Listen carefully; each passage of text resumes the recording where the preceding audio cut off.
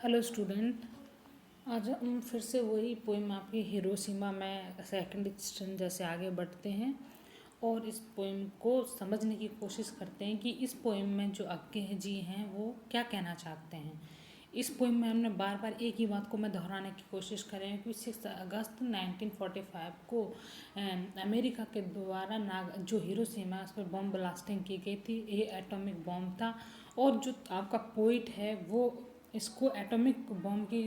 जो कल्पना करता है उसको कंपेयर करता है सन के साथ में, कि उस दिन ऐसा लग रहा है कि बहुत सारे सन आ गए हो, बट वो सन क्या हो, ईट से ना राइज होके वो जो मिडल अर्थ है, जो मिडल पार्ट है अर्थ का, उससे निकले हों और वहाँ जाके उन्होंने इतनी तबाही मचाई कि ऐसा लग रहा हो कि एक अर्थ का पहिया, मतलब जो मृत्यु का पहिया सब तरफ घूम रहा है और सब लोगों को काल की तरफ ले जा रहा है और डेथ की तरफ ले जा रहा है। तो हम अब इस पोएम को फिर से वहीं पढ़ने की कोशिश करते हैं, ठीक है। कि human shadows days and lost pitch in every direction this blaze not risen from the east smashed in the city's heart an immense wheel of the swore sun car spinning down and apart in every direction, ठीक है। Human shadows, मानवीय जो छाया है, days जो एकदम सुन्न गए, उनको समझ में नहीं आया कि एक्चुअली हुआ क्या है, एंड लॉस्ट वो गायब भी हो गई, एंड पिच, पिच का मतलब है वो कट गई, छोटे छोटे टुकड़ों में कट गई, उनको बुरी तरीके से काट दिया गया है। तो इसमें पोइट बोल रहा है कि जो चीज़ थी, जो चीज़ें एकदम इस तरह से थी कि वो उनको समझ में नहीं आया, जो ह्यूमन छाया थी वो एक जगह खड़े थे, वो एकदम सुन्न हो गए और पिच हुए, इधर उधर भागने लगे, इधर उधर दौड़ने लगे, ठीक है। यहाँ इसका मतलब इधर उधर दौड़ने लगे। डीच का मतलब अनेबल टू रिएक्ट करना। इन एवरी डायरेक्शन, प्रत्येक जगह जहाँ उनको जगह मिल रही थी वो उस जगह भागने की कोशिश करते हैं। दिस ब्लेज, जो ये ज्वाला थी, not risen from the east, जो कभी ईस्ट से उगी ही नहीं थी, वो तो सन था ही नहीं। स्मैश्ड इन सिटीज हर्ट, वो उस डिस्ट्रॉय हो गई, उसने सिटी के जो हर्ट था, जो बीच पार्ट था जहाँ से वो निकली थी, उस पार्ट को नष्ट कर दिया था। बट सन होता है वो नष्ट नहीं करता, बल्कि उसकी जो सनलाइट होती है वो हमें बेनिफिशियल होती है, हमारे लिए उपयोगी होती है। एन इमेंस व्हील, और एक पूरा का पूरा पहिया, एक पूरा का पूरा पहिया ऐसा लग रहा हो वो सभी डायरेक्शनों में स्पिनिंग डाउन, गोल गोल घूम रहा हो, इस तरह से गोल गोल घूम रहा हो, और वो गोल गोल घूमता घूमता क्या हो, सभी जगह सभी डायरेक्शनों में घूमता हुआ लोगों को क्या कर रहा है, उनकी डेथ हो रही है, उनको उनको उनकी वजह से उसको मार रहा है। मतलब वो एक एक इस तरह से हम बोल सकते हैं, इसके लिए पोइट्री बोल रहा है कि इस तरह से एक व्हील है, डेथ का व्हील की तरह इसको कंपेयर करता है, जो मूविंग कर रहा है in all direction and killing thousand of peoples, ठीक है। तो इस तरह से ये पोइट बोल रहा है कि जो पोइट जो कंपेयर करता है एटॉमिक बम की सन के साथ में, बोल रहा है जो सन राइजेज होता है in the eastern sky but the bomb rose right in the city square. He has मतलब ही सेड दैट कि many human shadows days and pitch here and there they frighten with this sudden movement, ठीक है। तो इस तरह से ये बोल रहा है कि वो सभी लोग उससे घबरा जाते हैं, और ये पोइट इस बात को एक तरह से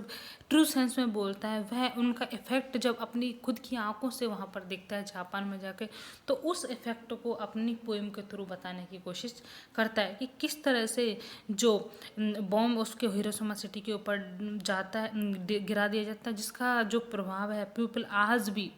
मतलब इतने सालों बाद भी उस रेडियो एक्टिविटी का प्रभाव आज भी लोग फेस करते हैं, उससे सफ़र कर रहे हैं। ये चीज़ जो वो आपके आगे जी हैं, वहाँ उन्होंने हॉस्पिटल भी की जहाँ पर बम ब्लास्टिंग हुई, उन जगहों को भी देखने गए थे। तो उनका जो उनके अंदर जो उस जगह को उन लोगों से मिलकर जो भी फीलिंग्स, जो इमोशंस क्रिएट हुए, तो उनको घर आके इस पोएम का रूप देते हैं, ठीक है। Instant of a sunrise and sunset, ऐसा लग रहा है विजन एनी हेलेजिंग flare one compressed instant. Instant का मतलब ऐसा रखता है उसी क्षण सन सूर्य उगे हुआ है, एंड सेट मतलब अशोक, उसी क्षण दोनों काम हो गया। मतलब समझ में नहीं, उसको एक मिनट भी नहीं लगा, एक मिनट में सूर्य खत्म भी होगा और सूर्य उगे हो भी गया। विजन एनिहिलेटिंग, विजन एनिहिलेटिंग का मतलब है यहाँ पर कि एनिहिलेटिंग का मतलब है थोड़ी देर के लिए हमें ब्लाइंड हो जाना। विजन मतलब दृष्टि होती है, और एनिहिलेटिंग मतलब थोड़ी देर के लिए ब्लाइंड होना, थोड़ी देर के लिए ना दिखना। फ्लेयर वन कंप्रेस नून, फ्लेयर वो अचानक से धधक कर एक ऐसे दबी हुई, एक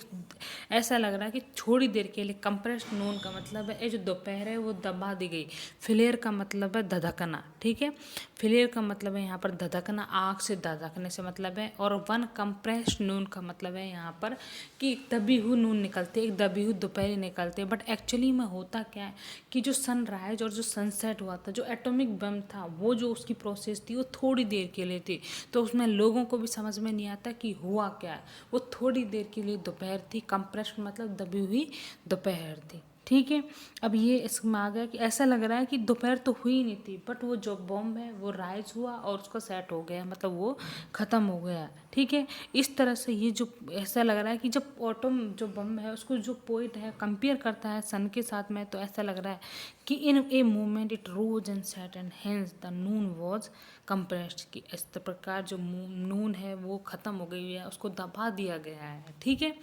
and then it was not human shadows that lengthened, paled and died. It was men suddenly become as mist then gone. The shadows stay, burned on rock, stones of these vacant street. अब poet बोल रहा है कि यहाँ तक तो वो जब वो बॉम्ब को डालते हैं तब जाके जो प्रभाव दिखता है उसको बताने की कोशिश करता है, लेकिन जब उसके बाद में वो जो थर्ड स्टेंजा है उसमें ये बताने की कोशिश करता है कि वो केवल ह्यूमन शैडोज ही नहीं थी, वो जो लोग हैं, वो जो 1,16,000 जो लोग जिनकी डेथ हुई थी और जो इस प्रोसेस से ऐसे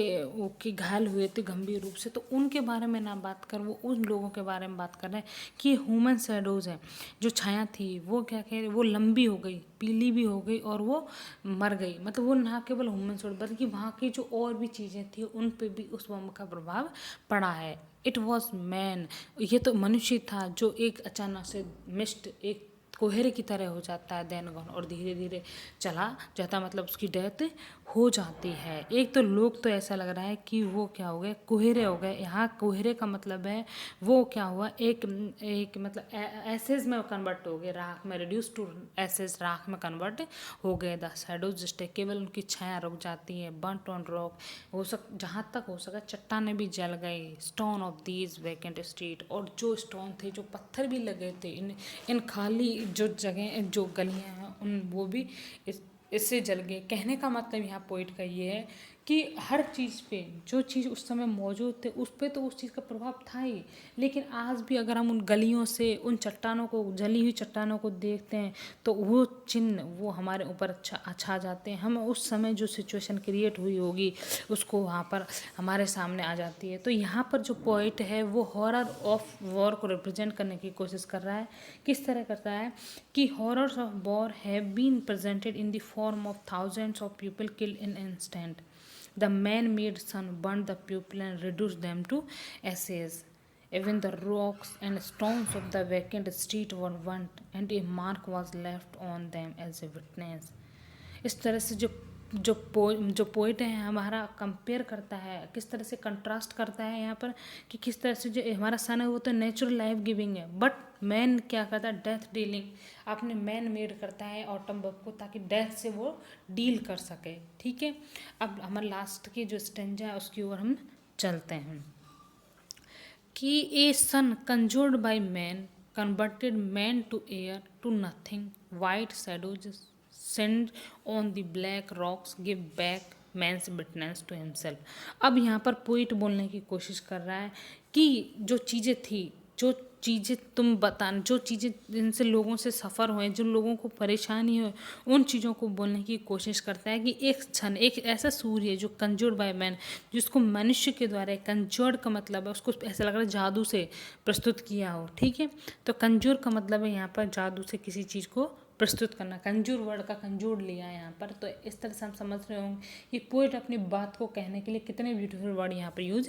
कर रहा है। तो ये सन कंजूर्ड बाय मैन, एक जो सन था जिसको कंजूर्ड किया गया, कंजूर्ड मतलब जिसको जादू से प्रस्तुत किया मैन के द्वारा है, और मैन को ही वो जो सन था जो खुद ही उसको एयर में कन्वर्ट करता है, और एयर के बाद में टू नथिंग, कुछ भी चीज़ में नहीं करता। मतलब कहने का मतलब ये कि खुद मैन है उस चीज़ को क्रिएट कर रहा है और खुद उसी के के लिए एक मैन मेड सन जो एटम बम है वो उसको कन्वर्टेड करता है पीपल को इनटू एयर में and reduce them to nothingness, और उनको कुछ भी नहीं कर देता, मतलब लास्ट में उनको एसेज में कन्वर्ट कर देता है, उनकी डेथ कर देता है, उनको पूरी तरह से ख़त्म करता है।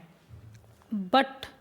Rocks were burn, white shadow sing on the black rock. अब यहाँ पर पोइट कहने की बोल रहा है सिंज का मतलब है झुलसा दिया गया, वाइट शेडो जो सफ़ेद थी, सफ़ेद छाया थी, जो चट्टानें थी,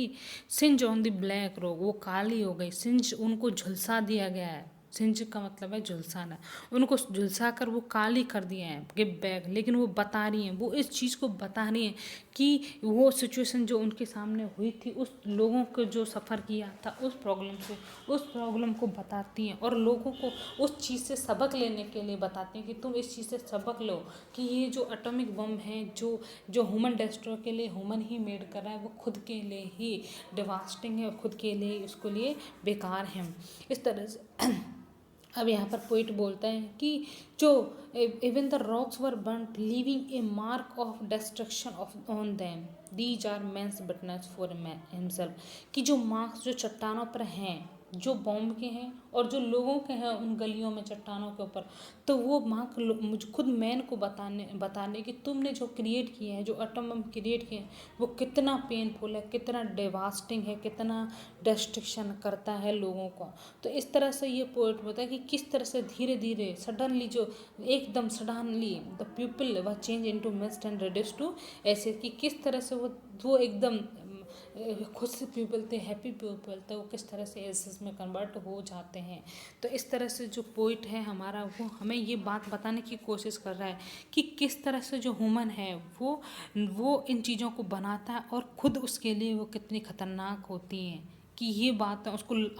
कई साल तो मतलब जो 1945 में वो बॉम्ब कांड हुआ था, बट आज भी वो रेडियो एक्टिव प्रभाव लोगों पे ऊपर है, आज भी लोग इस सिचुएशन को फेस कर रहे हैं वहाँ के जो लोग हैं। तो इस तरह से जो ये आपका एंगेजी है वो पूरी का पूरी तरह इस जो वहाँ का जो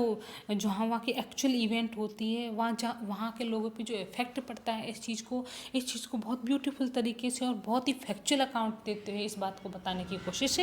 करते हैं कि किस तरह से वहाँ के जो इनहेबिटेंट थे हिरोशिमा के, उन पर किस तरह से ट्रेजिक इफेक्ट पड़ता है और किस तरह से उस ट्रेजिक इफेक्ट को वो आज भी प्रेजेंट टाइम में भी उसको फेस करते चल रहे हैं। ठीक है, तो यहाँ पर बोल रहा है जो ब्लेज यहाँ पर क्रिएट की गई थी बॉम्ब के द्वारा वो just like the blaze of the sun की तरह थी, but it come from east, अगर सन की होती तो वो ईस्ट से आती थी, but it come from earth and turn open, और जो उसको टर्न कर देती है, people confuse this blaze with the blaze of the sun, it killed thousand of people in no time, the skin of their bodies were peeled off in instant and they were barely lumps of flash.